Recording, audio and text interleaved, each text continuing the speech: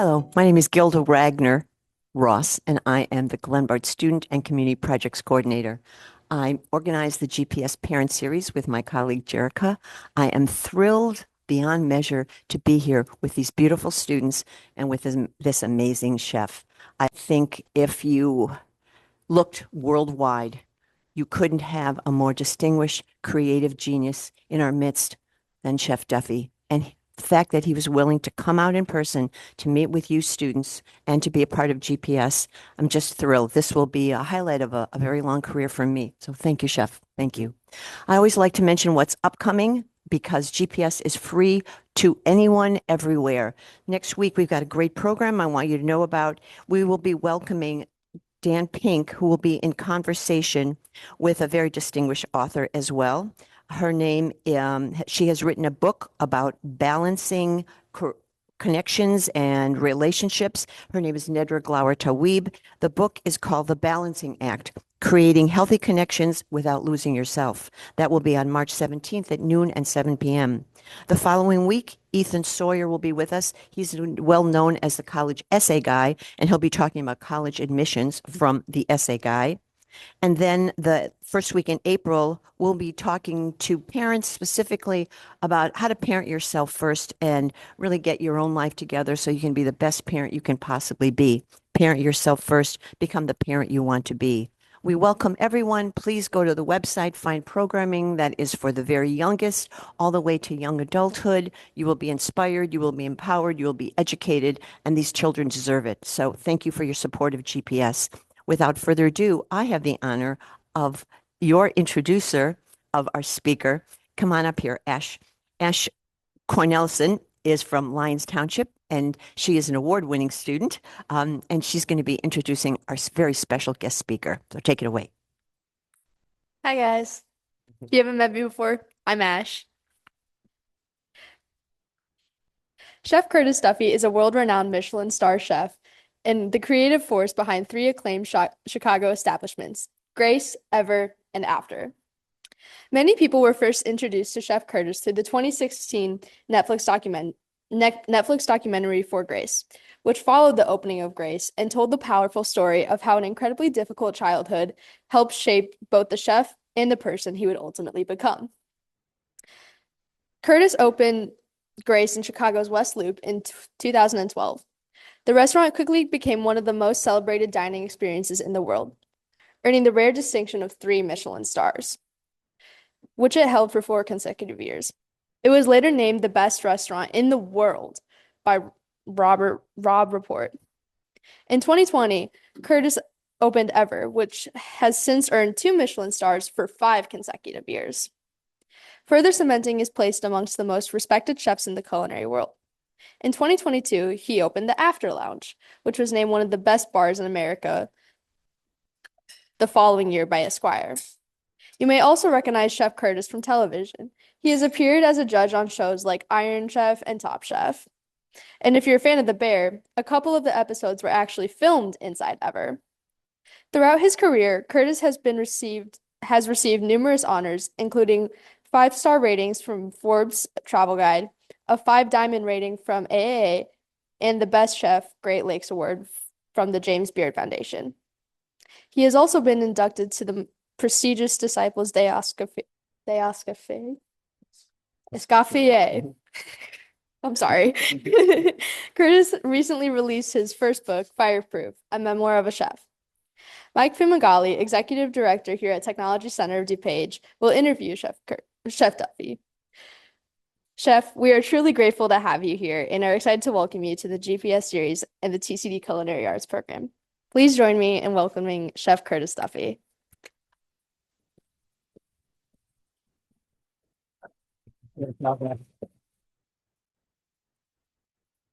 Thank you, Ash. So very beautiful introduction. Thank you. Did a great job. Chef, thanks so much for being here with us today. I feel Pleasure. like after reading the book, I feel like I've known you my whole life. Sure. But the book itself, it's real, it's raw, it's motivating. Can you talk a little bit about the idea for it and the impact that you've seen it have since its release? Yeah. I guess the idea behind writing the book came from, we all have stories. We grow up with things in our childhood, things in our adulthood that affect us and ultimately push us in the direction of who we are today. And some of those stories, good or bad, could be left behind. And I wanted to kind of let some of these stories go, if you will. If anybody has read it here yet, there's a lot of ugliness in it. And for me, like, it was a way to kind of deal with some of the stories and kind of, if you will, put them down on paper and be able to put them on a shelf and not have to talk about it anymore. Ironically, after the book was released, we started doing all these tours all over the country and started to revisit all these stories, which,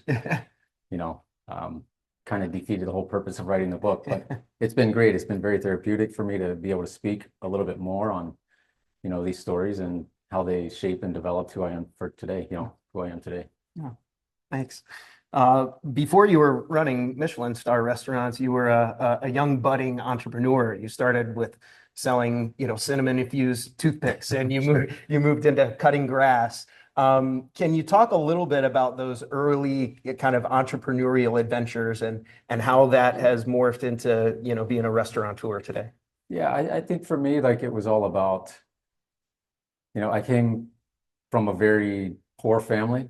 We struggled a lot through my entire upbringing, and it was a way for me to put some money in my pocket to actually buy lunch for myself at school, without the embarrassment of having school bought lunches, and when you're at that age, it's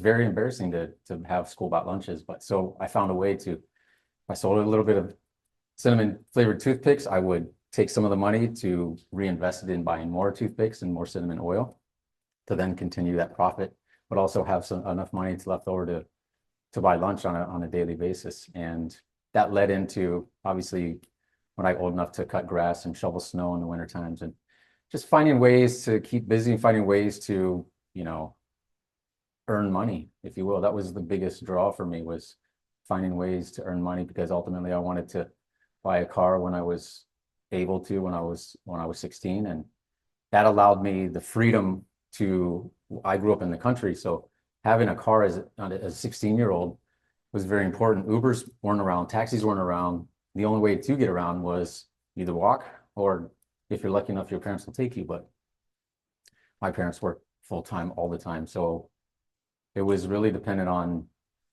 finding ways to save money and purchase a car, because that car purchase allowed me freedom to go on and find a better job and get a better job and a larger pay, and the story goes on and on and on. Yeah.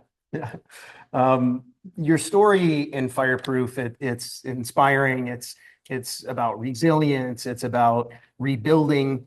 And some of the students in this room might be going through things in their lives that might feel overwhelming right now. And Sure. And what sorts of things have helped you push forward? And what sorts of mindsets and values and beliefs would you want them to know about how adversity can kind of shape your future rather than limit it?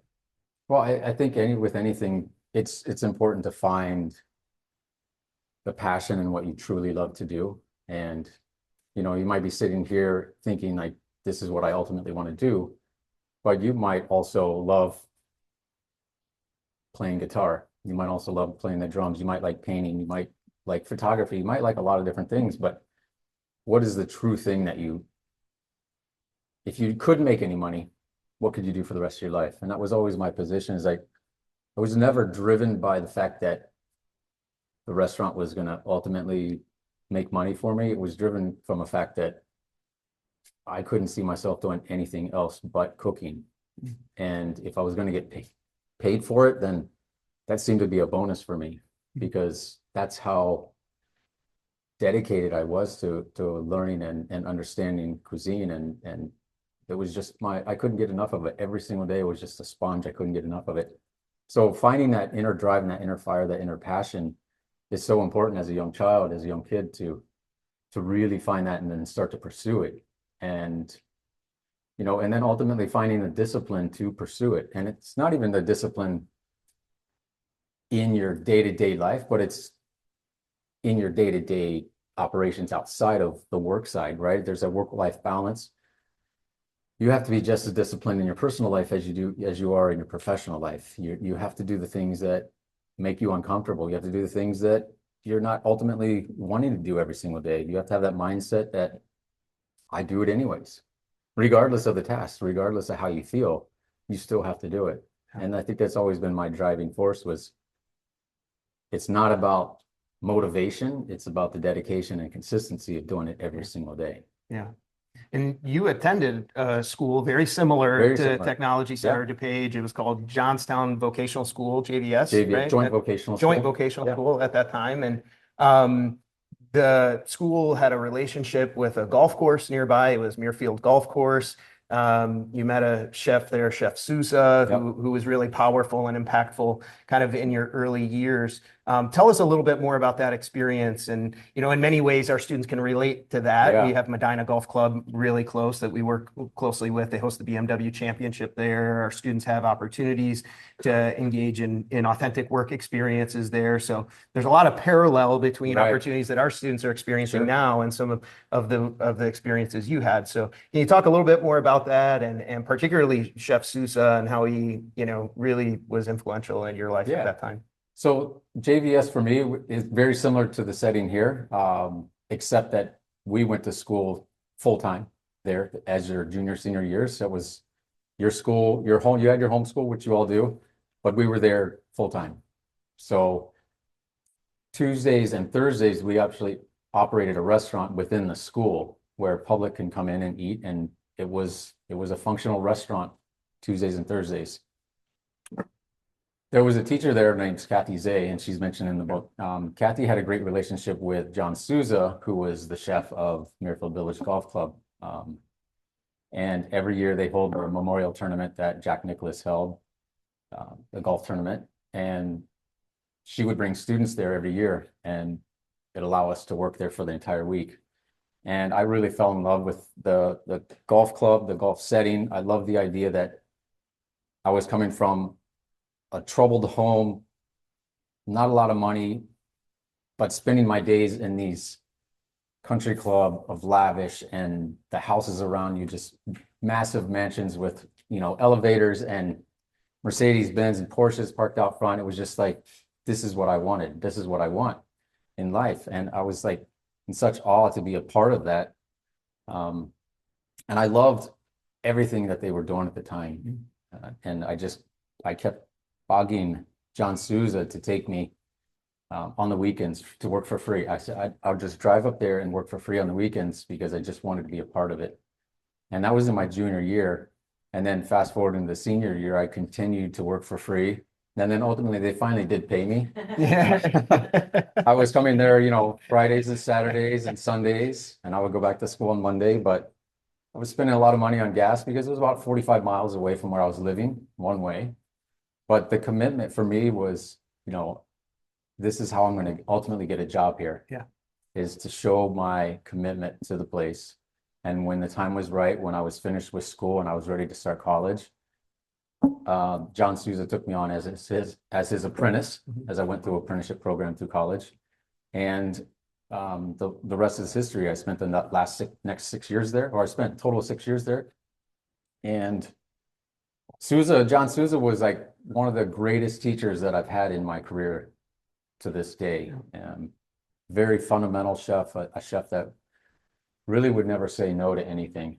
And I can't stress that enough to be surrounded by somebody like that who has the ability to really crush your dreams or make them flourish. And I think the ability to say yes to those things really flourished my creativity, my interest, my intellect on how to navigate certain things, because he wasn't the guy who would say no to everything. Yeah. We grow up our entire life with your parents saying no to everything, right? Can I go outside? No. Can I have a drink? Can I have some Coke? No. Can I have this?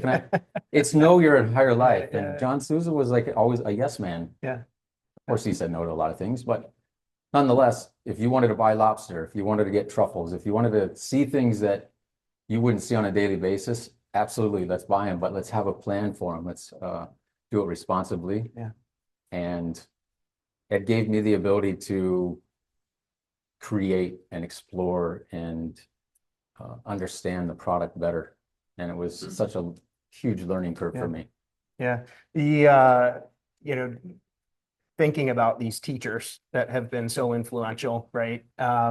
Academically or professionally. We have three fabulous instructors here, chefs, very accomplished in their work in the culinary industry and also in their work, obviously representing our students, and our students, you know, are on display nationally. You talked about Kathy Zay. Ruth Snyder was also a very influential person for you.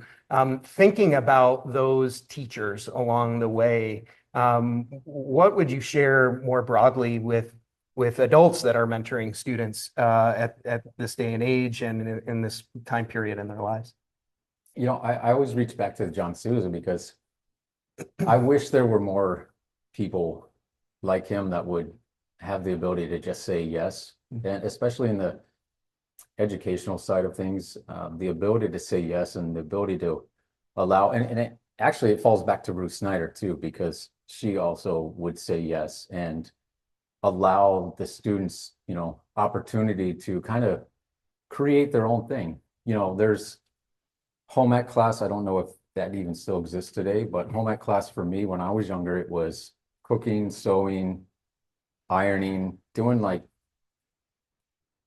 things that young boys were not like excited to do. Yeah. We're talking 12, 13, 14 years old. So nobody, for me, like I didn't want to learn how to iron a shirt.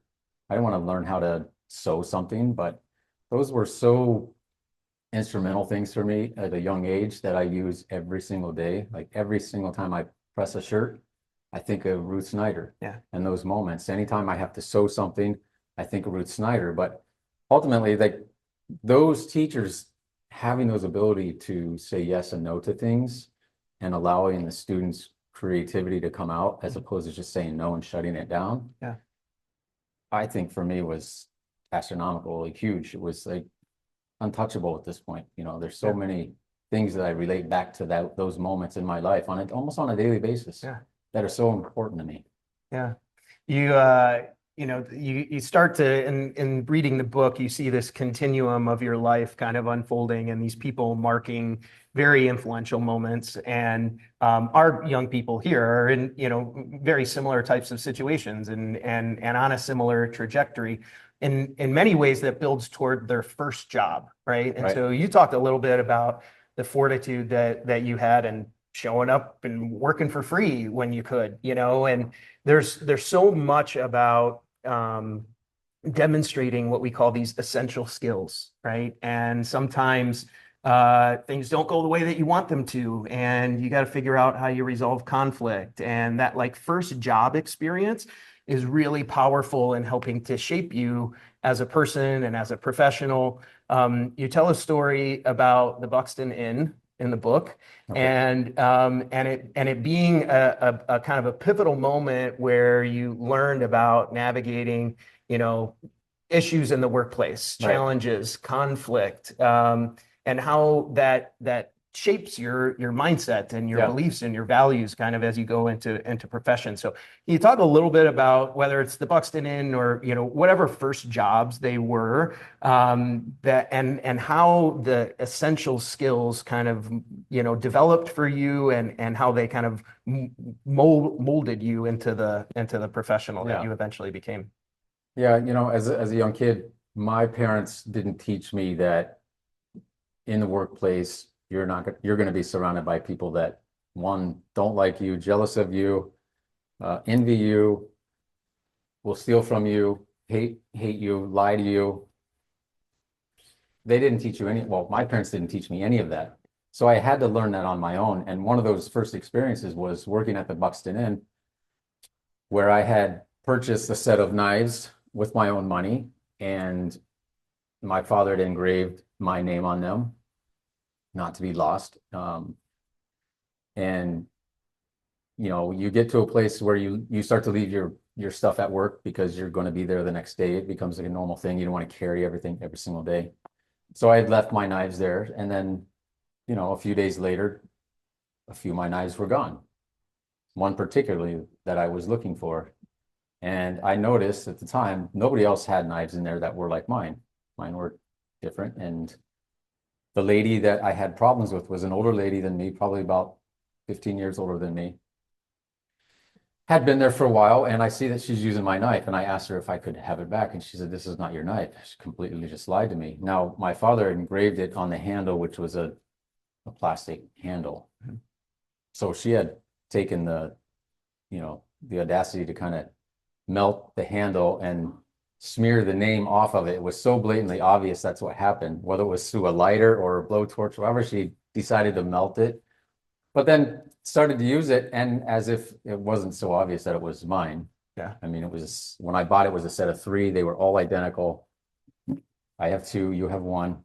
I mean, it's not rocket science. Yeah, the map. Rocket science, yes. Yeah. So I just, one of the chefs there, I think it was the main chef, I think his name was Eddie. He said, "Listen, the knife is the knife. Let it be. You're gonna have people like this in your career. You're gonna have to learn how to navigate through these people, and you have to figure out how you're gonna do that." And this is one example. This lady may or may not have stole this from you. I'm not gonna say she did, but if she did, let it go. Figure out a way to work around that, and it's true. There's going to be so many people in your career that you have to learn to navigate, and people you work side by side with that you're not going to get along with. You already experience it in a classroom setting, that some people you gel with, some people you don't, and you have to figure out how to navigate that. But I've seen so many people in my career, particularly my staff, that will quit their job and throw everything out the window because they can't get along with somebody else. You know how silly that is? Like, you're going to tell me that you can't figure out a way to work with somebody for 8 to 10 hours a day, 5 days a week. You're just ready to throw your job opportunity here, your pay, and anything that you've built up to it out the window because of this one person. For me, I feel it's silly. And I always tell them, I said, I tell them the same story. It's like, you're going to have these people that are in your life throughout your entire career. This may be one. You're going to see 100 more. Yeah. And it's not in this business. Right. It's in every single business. Doesn't matter what it is. You're going to fall upon these people. You have to figure out a way to navigate through it. My biggest thing is outwork them. Let them quit. Let them try to keep up with you. Yeah. Other than that, just give them no mind. Like, give them nothing. Yeah. What a great word. Students, often see celebrity chefs on TV, right? You've been on TV a number of occasions, Food Network shows, features on, showcasing the restaurants. If a student here decided that they, wanted to become a world-class chef, what's the first reality kind of about the profession that you'd want them to understand? They're looking at you and they're inspired and driven and motivated. What are some of the things that you learned early on that, if you could talk to a 17-year-old version of yourself that you would say? Well, I would say my 17-year-old version didn't have the opportunities that everybody has here now. Particularly, internet was not around. Social media, of course, everything that evolves around the internet was not existing. And so it made my job, I think, more interesting because we weren't distracted by the phones and everything else. It was work focused. If you wanted to learn something, you went to a bookstore, you went to the library, and you opened a book and you try to read as much as you possibly can on a chef or particular style of cooking that you're interested in. That was the way that we would learn as younger cooks. I guess for me, and also I guess if we touch back on the award side of it, like, I didn't start cooking because I wanted to garner Michelin stars or receive accolades at any level. For me, it was driven from complete passion.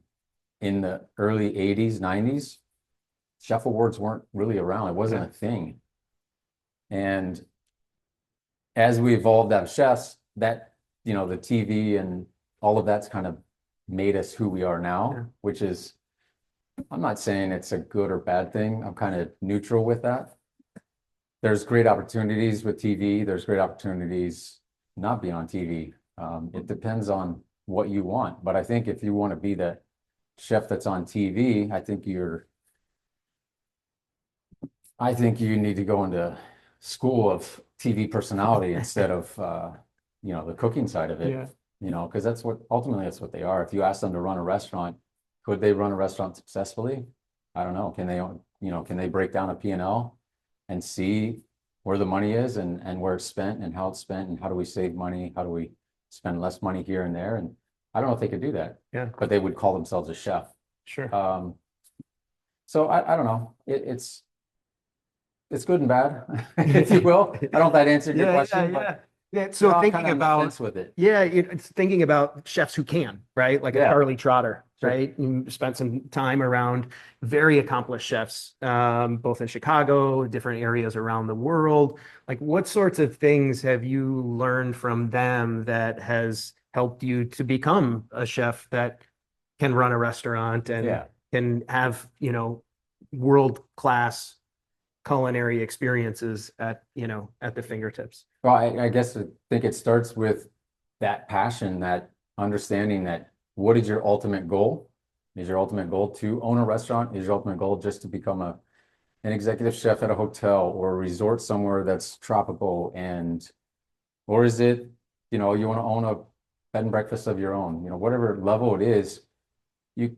For me, it was about setting myself in the positions of these great chefs. What can I learn from them and where do I want to be? I've always felt like if you want to be great at your craft, then you need to surround yourself with the people that are great in your craft. And be a great guitarist, then you're going to follow who you feel the great guitarists are. And then you take as much as you can from them. And each job that I've gone from, and I've only worked a handful of places. I'm not the chef that has a pedigree of 30 different restaurants that I spent my time in. When I grew up, that loyalty was very, very important as a chef, to be in the kitchen, to spend time, to dedicate a certain amount of time to that restaurant, to gain as much knowledge as you can from that restaurant. Fast forward to where we are today, it's all about how many people you can get onto your resume. For me, I don't really look at the resume, so I don't really care where you've been in the past. I'm more interested in who you are as a person and your attitude or your willingness to learn and how well you gel with the team. Yeah. But going back to taking a little bit from each chef kind of really shapes who you are as a chef. I took from Charlie Trotter, I took, the relentlessness of being better every single day and finding the best product to work with, having those relationships with those farmers. Yeah. I took from John Souza, like the ability not to say no and the reason why not to say no and stand by that. I allow my chefs to buy whatever they want with the same philosophy of, if we're doing it, are we honoring the product? Are we respecting the product? Are we doing it in a sensible way? And do we have a plan for it? Yeah. If we don't, then let's put it on the back burner and move on. Yeah. We can buy it next year. We can buy it in 3 years. But if there's not a plan in place, then why buy it? Yeah. It's wasteful. Yeah. Yeah. It makes me think of, there's this idea that you represent in the book that resonated with me deeply, and it's this adapt, work, shine sort of value system, right? And you spoke about it a little bit in the context of, maneuvering and navigating difficult situations in the workplace. But can you talk to the students a little bit about, what does that mean? Adapt, work, shine, and how can they kind of take that ideology and that mindset and apply it in their own lives? Well, going back to what I said earlier is outworking other individuals in the workplace, right? Being the first one there, being the last one to leave, and having the ability to outwork everyone around you with that sense of competitiveness, that hunger, that drive. When I was a young cook, the atmosphere of most kitchens were The person beside you, to your left or right, you want that station. That station seems to be harder. You want to work in that station. So what are you going to do to take over that station? And in a very, not in an angry, mean way, but it was just like competitive way. It was like the veg station was the hardest station in the restaurant, one particular restaurant. That's the station I want to work. They're not going to start you there, but you're going to work your way up, and you're going to try to work everyone out around you. That was always the mindset. Yeah. And then because you're outworking everyone, there you are shining. And when I say shining, it's like you're doing the things that you're technically not supposed to be doing. You're doing the things that ultimately put you in that position already. For instance, I had a young cook, his name was David Connell, and this was during my grace time. He was just a young cook, very hungry. He came to me. I met him out for coffee before we even opened the doors, before we even opened the restaurant. And he said, "Oh, in 3 years, I want to go and work at this restaurant in Denmark." And I'm like, "Why? What's the purpose? When you have everything at your fingertips here, all you have to do is click on a couple things, and that's the advantage of all of you. You have the ability to see what is going on in the world. Yeah. I didn't have that ability as a young cook, you know.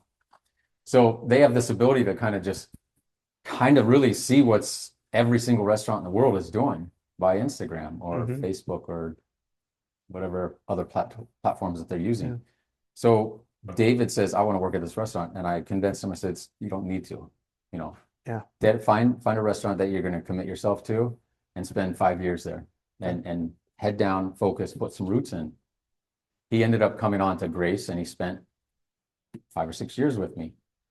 The reason why I say this is because on a nightly basis, after maybe year two, at the end of the night, I would go back to the office to start to do the paperwork stuff, and I would hear him in the kitchen directing the cooks what to do. Now, he was not in a position to be doing this, but his mindset was already like, I'm going to be the next sous chef. And when that position becomes available, there's no other option but me because I'm doing it already. Yeah.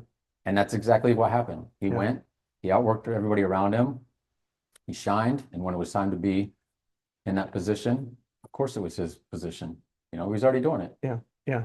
He just didn't get to pay for it. You know, now we pay him at a sous chef level and he thrives. Sounds like a familiar story. Exactly. Yeah. I mean, it's got to be the mindset, you know? Yeah.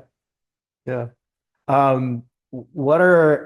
I had imagined asking you about like a favorite dish or a favorite food, but I think the better question is like, what are some of your favorite flavor profiles to play with and be creative with, and some of the ways that you imagine, the things that you create? I would say if you ask me this today, tomorrow, the next day, It's gonna be different. they'll all be different. I'll just go back to, so I guess some of my classic flavors are coconut. Yeah. I love coconut. I love mango. I love passion fruit. I love kaffir lime, strawberries. These are all things that in my mind, I can quickly create a savory or sweet dish in a moment, just thinking of those flavors. Yeah. You know, the coconut, because I think of not just the ingredient or flavor, but I think of, is it a vegetable, fruit? How many products can we get from this particular moment? So you think of like the fennel, or you think of coconut. Sure.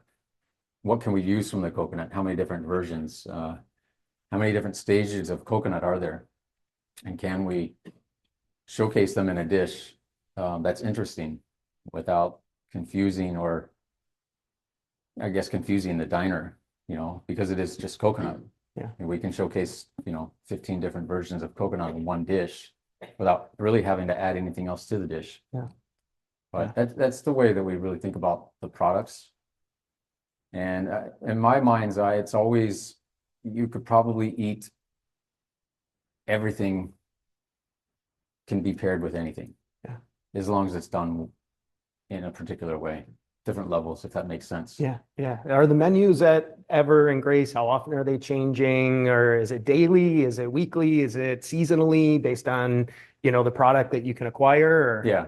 It's definitely seasonally. It's definitely 4 times a year. The whole menu will flip 4 times a year. But it changes daily. It can be one day it's a certain mushroom that we're particularly getting and then no longer can. But we have to be malleable enough to understand that we can get something today, but it rained crazy last night in Chicago downtown, and now we can't get that product anymore because it destroyed something that was growing. Yeah. That happens all the time. We try to stay ahead of the game. We try to stay ahead of the creative side of the menu. So we already have a full spring menu in place. Not in place, but the dish is already made. They're already documented. It's a matter of when we implement it. Mm-hmm. For us, it's a little bit at a time. We won't change the whole menu in one day. We'll change a dish, 2 dishes a week, 2 dishes the next week, 2 dishes the following week, until the entire menu is flipped for the spring menu. Cool. And then we'll immediately start fine-tuning those ideas until we're happy with them. But ultimately, we're never really happy with them. But we do have to have the ability to say, all right, enough is enough. Yeah. What is that point, right? Like if you're on this constant quest for being better, like at what point do you draw the line in the sand and say, yeah, this is good? You have to eat it so many times. You have to eat it enough. So if I guess if we're saying right now we have a dish, tom kha dish on the menu. It's a very classic Thai coconut chicken galanga soup, but we're doing our version of it, of course. So I have to eat the dish in front of it. I have to eat the dish after it, and I have to eat the current dish that I'm like focusing on, right? Because I want to know like how the flavor changes from this to this to this, and what needs to happen in that dish every day to really fine tune it. And then you do have to say, all right, enough. We're done. Like this is the right amount of ginger. This is the right amount of lemongrass. We're happy with it. But before all that, it really goes through a pretty heavily documented process of getting to that point. So it's not like we're crazy tweaking things when they're on the menu. Yeah. When they actually get to the menu, we've already decided that this is good enough for where we want it to be. It's cool. But it's always fine tuning, right? I think.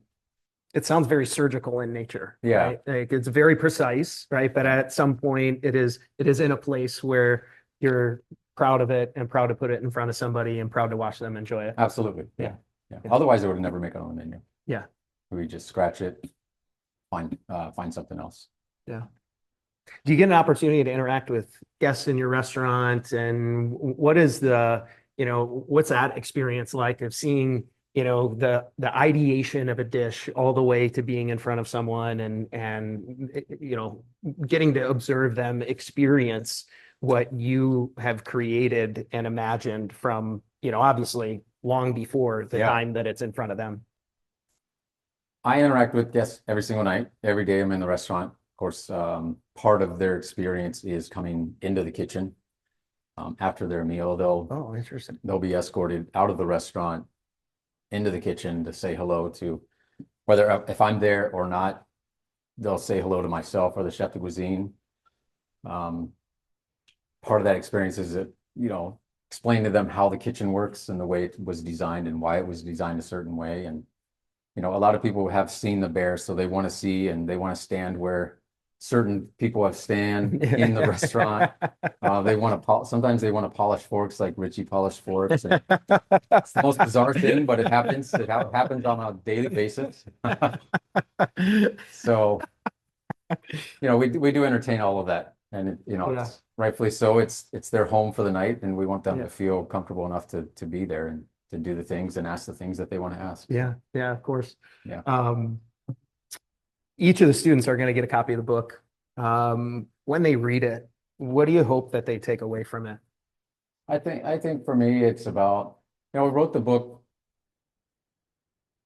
not in a way to inspire anybody, but like I said in the beginning, was to really allow my stories to be out there for my own selfish reasons. It was not for anybody else's reasons. But as the book was released and as people started reading it and the comments and the feedback that we received, it's been pretty life-changing in a way that, this book can help somebody. It can help people navigate through certain issues, whether it's issues that they're dealing with now, it's issues that they've dealt with in the past or trying to deal with from the past. Mhm.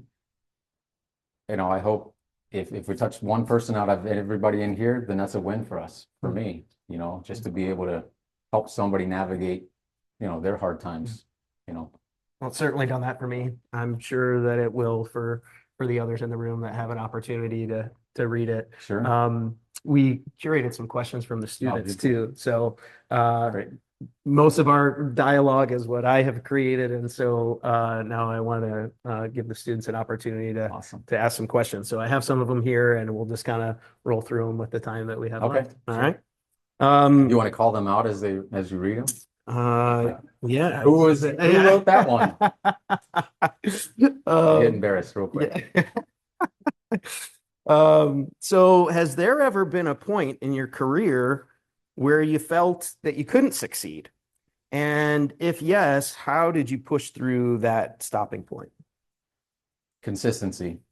You have to be consistent. The only way you can be consistent is pushing through those moments. I have a saying that I always say is, I do it anyways. 4 words, I do it anyways. That's it. Regardless of what it is, I do it anyways. You don't want to get up in the morning, you don't want to go for a run. I do it anyways. You know, it's because that builds character, builds your character, it builds confidence, and it builds discipline in who you are.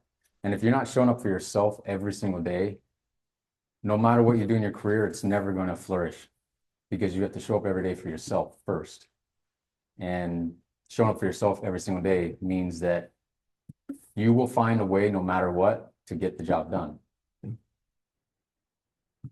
And it doesn't matter what tasks are in front of you. I don't care if it's midnight, still find a way to do it. You're going to do it. Find a way or make one. Right? That's right. I mean, because if you wait for the perfect moment, that perfect moment will never come. And you'll be 50 years old and still waiting for that perfect moment. And time had gone by and it's too late. You'll regret it. So you have to act on those actions immediately. Great word. Are connections in the industry as important as education in the industry, and why or why not? I think even more so than the educational side. I feel like where you learn the majority of, you're going to spend the majority of your time is in your career, at your workplace. So the old saying of don't burn a bridge, it's 100% true. The world of the food and wine world is so small. We're connected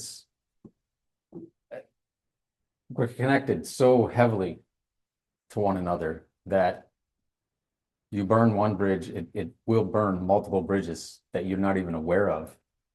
And having those relationships, and you want people to say great things about you, right? You want people to go, absolutely, Ash is an incredible worker. She does everything perfectly. Like that's what you want them to say. Like she's on time all the time. She shows up. She's here early. You know, these are the things that you want when you go for your next job for these, you know, employers to understand and hear from your last one. So burning that bridge. I had a guy who worked all the way for 2 years. It was a couple, boyfriend, girlfriend, worked 2 years. And on their last 2 days didn't show up. What is your mindset behind that? Why? Why? You spent 2 years trying to get where you want to be for the next step, right? Every job is a stepping stone to the next. Why throw it all away? Because it was, you know, because the chef yelled at you the night before, or things were hard, service was hard the night before, and you're just like, oh, I'm done. I'm not coming back. Well, I mean, what am I supposed to say when the guy calls and says, hey, can you tell me about so-and-so? What am I supposed to say? Yeah. Oh, he was phenomenal until the last 2 days when he decided not to show up. Yeah, they make decisions that limit what you can say about them. Yeah, Right? it falls back on allowing someone else to dictate how your career is going to unfold because you can't work with them. Stick it out, put your head down and drive through it. Tomorrow's a new day. You know, tomorrow's a new day. I love this one. Do you have a favorite comfort food? And if so, what is it? Comfort food. Let's see. I love pizza. So, yeah, Candy is actually like a comfort food for me. Yeah, Any particular type? anything, Yeah. anything. I mean, I'll eat any candy. Twizzlers, Yeah. chocolate, anything chocolate. Yeah. Yeah, yeah, I love candy. No, that's Junk great. food. So I always reach for sweet stuff before I eat savory stuff. Okay. Should have been a pastry chef, but Um, what was the hardest challenge when you opened a restaurant for the first time? employees, staff, Finding the right people? no, finding, no, not finding the right people. It was understanding and managing Mm, 60 different people, 60 different problems, 60 different emotions, 60 different ways to speak to them, mm, talk to them, and understanding how to get the best out of each one of them, 60 different ways. Yeah. That's a lot. It's hard. It's I can tell, let's just say David Connell. I could tell David Connell in a very stern way, I need this and I need it now. But if I say it to Ash in a very stern way, maybe she's not going to react the same way. Yeah. So I have to understand, like, how does she operate? How do I pull the best out of her? And understand how I'm going to pull the best out of David. Yeah. So we all can have the same goal in mind. Yeah. Very difficult. Staff are very difficult to navigate through. Yeah. In a good and bad way too. Sure. I mean, there's great things as well. So Sure. Parallels to many large organizations, Absolutely. right? Whether Yeah. it's a restaurant, a school, right? There's managing people. There's, the humans are your greatest Tough. asset. it is tough. Right? It is Yeah. tough. Yeah. Um, We're never done learning on how to navigate people yeah. because, next year we're going to have an entire new crew. Yeah. It's just the way the restaurant is. So Yeah. now we have another 60 people to learn how to navigate. Yeah. Obviously not all at once like we do when we first open, but Sure. Yeah. You have two beautiful girls, a wife. How do you balance all of this and family and be present in both places enough to be highly effective in both spaces? that's a great question. So I have two daughters of my own, and I have two stepchildren to my wife's previous marriage. And so 4 kids, 2 dogs, 4 restaurants, and try to make time for yourself, right? Yeah. There is no balance. So what does the word balance mean?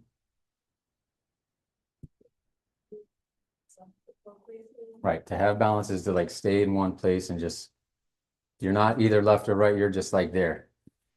That doesn't make sense. Yeah. Like balance, you have to be malleable enough to learn how to navigate these things. So for what I've learned, and I've learned this over the years, only recently, because I feel like that's something every chef is always trying to get, is that work-life balance. I have kids, I have family, but I also want to be this amazing chef, or at least have this great restaurant or whatever it might be on the side, but you can't have it all. Yeah. So my balance for me is,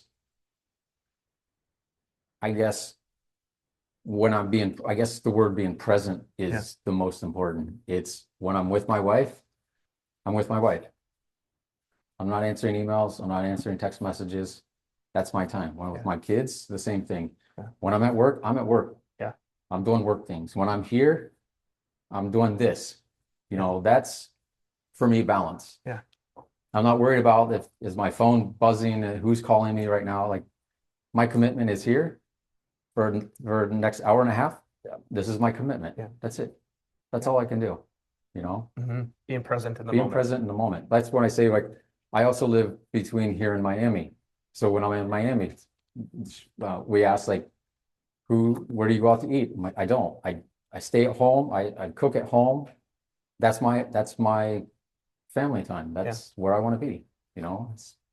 Does your wife ever cook, or you don't? She does. Do all No, that? she does. She does. And she's a phenomenal cook too. And it just, Yeah.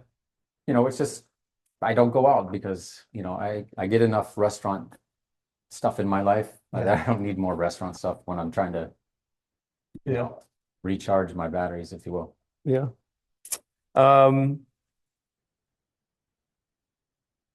You've talked a lot about fortitude, commitment, work ethic, all of those kinds of things.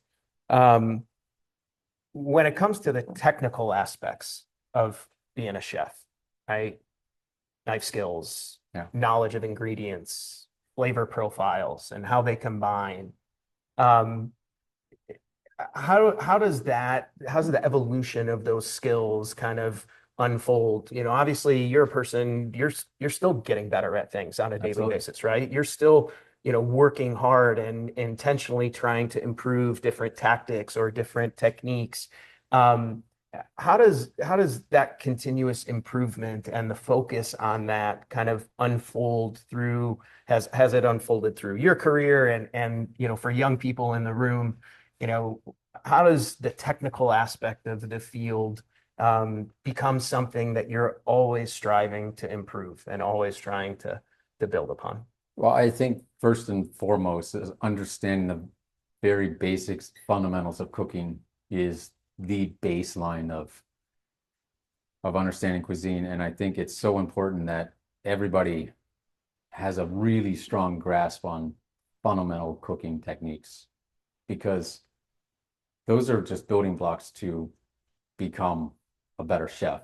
Understanding, even though I'm a savory chef by trait, I spent a lot of time in the pastry world, probably hence the reason why I love sweet things so much. But I understand that world as well. Yeah.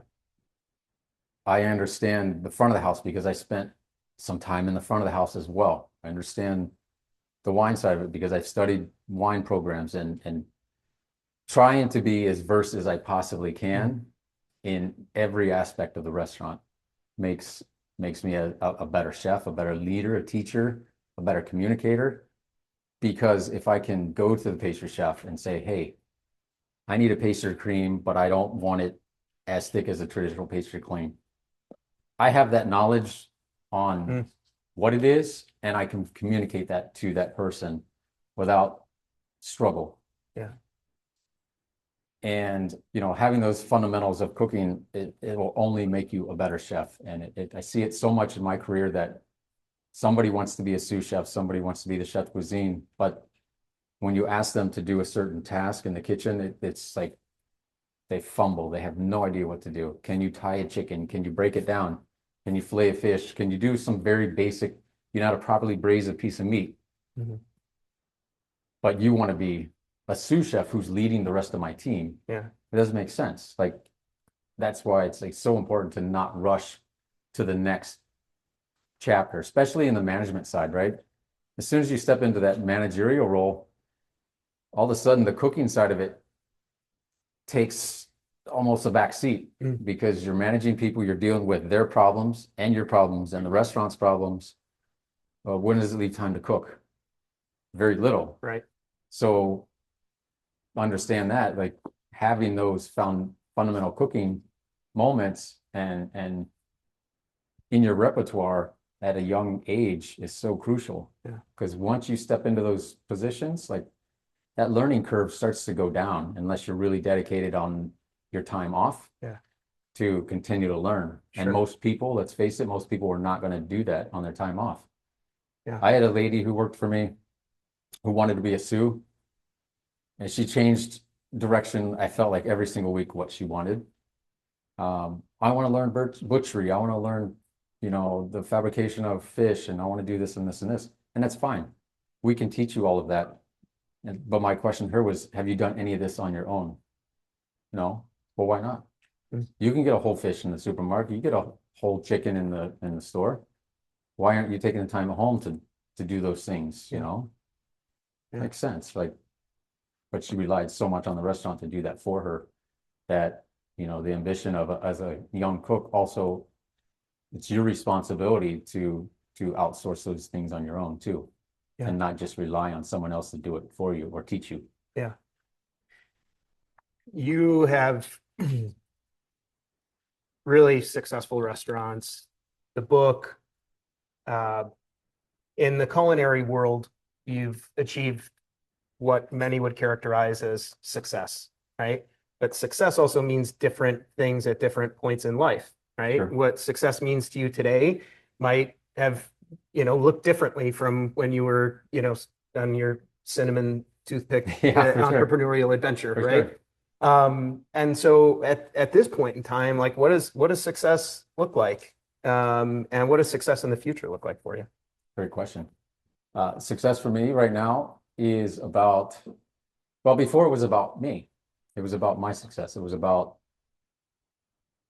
you know, getting the restaurant, building the restaurant, make sure it's maintained properly and successful and, gaining the notoriety that it needs to gain. These certain things bring value to the restaurant. They bring value to who I am. Now it's about, my team. It's about the growth of my business to help build restaurants for them, because I have a few young chefs that are very eager and can easily run a restaurant, not easily run a restaurant, but could have the ability to run the restaurant and want to. So I feel it's my responsibility to give them those opportunities. We can mentor them enough as much as we can in those restaurants, but at some point they're going to want to go on and do their own thing, just as I did as a young cook. And why not keep them underneath the umbrella because they're great at what they do? Let's build them an opportunity. So that's the focus, moving forward for me is making sure that we're able to have a sustainable culture within the restaurant and build sustainable restaurants for them that they can go on and be proud of and ultimately do the same thing. Yeah. Yeah. One that might end up being in Key West is Maybe my so. understanding. Maybe so. That's fabulous. Well, Chef, we appreciate you so much and are so grateful that you were to come here to Technology Center of DuPage today and inspire many of our young people who I'm sure you can see yourself in many other shoes years ago. Absolutely. So thank you guys for giving me the platform to kind of tell my story and voice some of my thoughts on the industry. And I have to say, like, I've been in a lot of these school settings. I've done a couple of these around the country, and this is by far the cleanest kitchen that I've been in. So, which is amazing, and you guys should be proud of that because my chefs in my restaurant, including myself, sweep, mop, we do our own dishes. We don't have, per se, daytime dishwashers to do pots and pans. You dirty it, you clean it. And the rotation goes is you bring a pot to the dish, you clean it, you let it dry, but you grab something and put it away. So everybody's doing the same thing, but it gives you such pride in every piece of equipment. When you pick up a pot, you're not going, oh, what the hell's left in here from nobody not cleaning it properly. It's a prideful thing. And to this day, I still wash dishes. It's a very, you can never forget that. Let's just say that. You should never forget and never feel like you're too good to be washing dishes or taking care of sweeping a floor. Or, I mean, this is amazing. It looks great. If you walked in my restaurant at 6 years old, it looks brand new. And I don't know how old this is, but it looks brand new. It looks phenomenal. So congratulations. That's amazing. Thanks. Got a minute left. Talk about the beer for a minute. Sure. Yeah. What would you like to know? What you want us to know. Yeah. Well, I mean, the bear was such a great experience for us because, an incredible staff of people that were in the bear, they were just phenomenal to work with. And, the bear for us, there's so many TV shows out there that try to tell the story of what the restaurant world is like. And I think for me, like, the bear really actually gets it. It's incredibly proud to be part of something that not only showcases our city in great light, but the industry. They really get it very, very close to the everyday life of what, someone could encounter. I think, for TV's sake, yeah, there's a little bit more screaming and yelling than what the industry is, but they do get it right. I think it's a phenomenal show for sure. What was it like when they chose your restaurant to showcase for in an episode? It was great, obviously.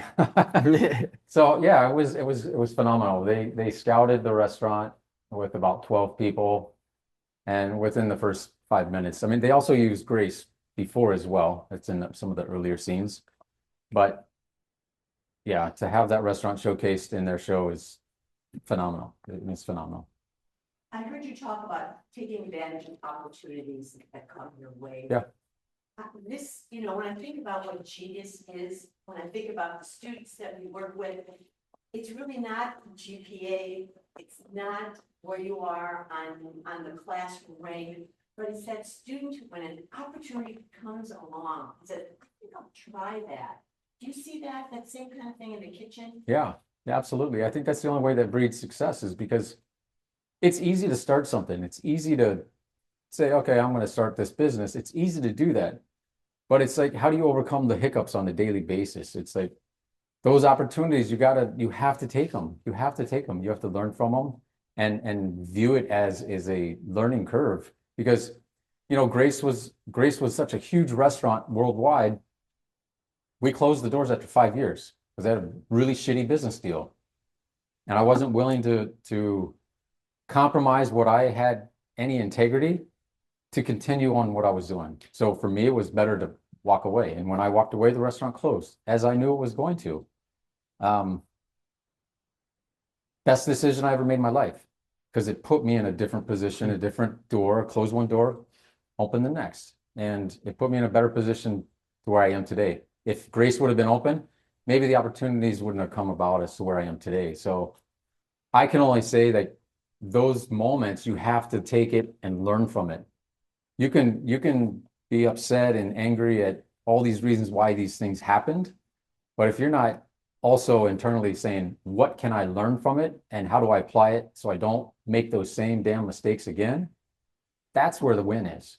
The win is taking that loss, figuring out why, and making sure you don't do it again.